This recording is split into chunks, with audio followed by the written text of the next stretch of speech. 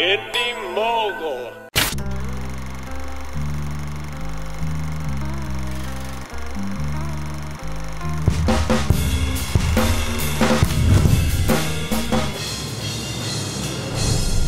I was always taught that you should have a backup plan when I was in film school, because you never know if the weather's actually going to cooperate with you, and on day 2 of shooting, it really didn't.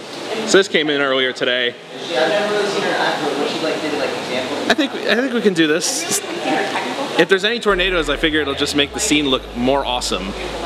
Day 2 began. We noticed all the days that we were shooting outside, all the weather was bad. We were supposed to shoot the alley scene that day, and when we got there, everyone was saying, it's definitely gonna rain, it's definitely gonna rain, it's gonna pour on us. All of our phones, all of the weather report, tornadoes in New Jersey on top of where we're shooting. So, are we doing an alley scene tonight? If it starts raining, we're gonna go inside and start trying to do some of the green screen stuff. But I mean, if it rains and it doesn't stop raining, that's the backup plan. So that way, no matter what, like if the weather gets so bad we can't do anything, we have something inside. Just in case, we did start setting up and blocking out that scene with the actors and figuring out how we were gonna shoot and light it. What am I? Dude, I got sunburn, man. Have a nice hot cup of shut. How about that? We're such a happy crew. I started to set up all the lights, and everyone else was setting up the green screen, getting things ready to prepare for the worst, pretty much. The original plan was we were just gonna shoot in the rain if it wasn't too bad. I had actually gotten a rain jacket for my camera years ago, and I was actually kind of looking forward to finally getting to try it out. We originally planned to shoot the green screen driving scenes the next night, but now it was pretty clear that wasn't going to happen.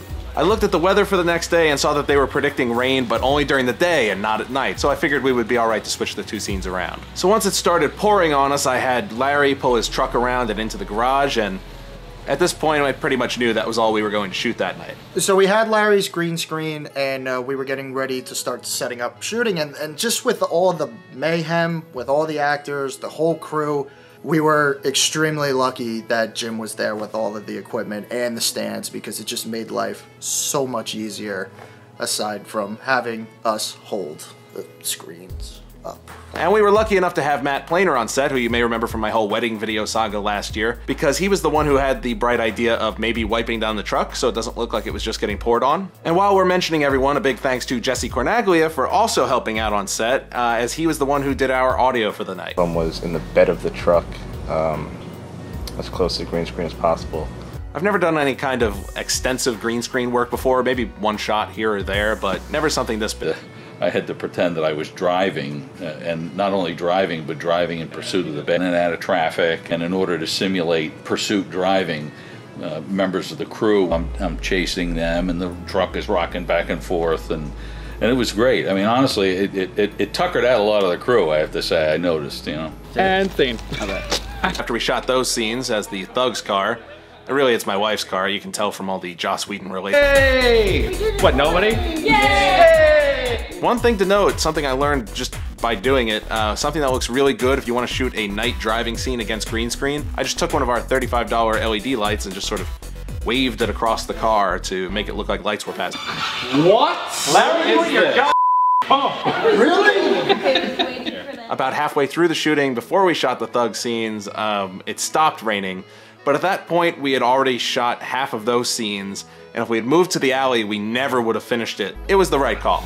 Cut. Good. We are done in here. I wanted to be able to just immediately set up and do the showdown in the alley scene the next night, so we shot a few quick things before leaving to bridge the scenes of the vehicles getting into the alley and then stopping there in the spots where they were going to be, so we could just pick it right up from that point the next day. From where it is, this is like you're completing the turn. Just pull up to pretty much right here, like right along with that, like just in front of that car. All right, go ahead. And good job. You too. Very good. Groupon! I don't want to go. I'm having too much fun. Yes. During the day, like the original forecast said, it's now... We had to dodge the weather patterns as they came and went between the wind and the rain, and then it was clear, and then it rained again. And if this didn't work, we were going to do that. It was already planned out. What a lot of people can't do with directors, when it's written, on paper and the way you think of it, and then it never turns out, and you definitely have a good, what the hell was that? Sorry, dishwasher. Don't miss Crew, this week's Indie Mogul live show, and also be sure to check out the latest playlist of Moguler Made Vault Invasion. Check back next week for part 3 of the Onset Experience.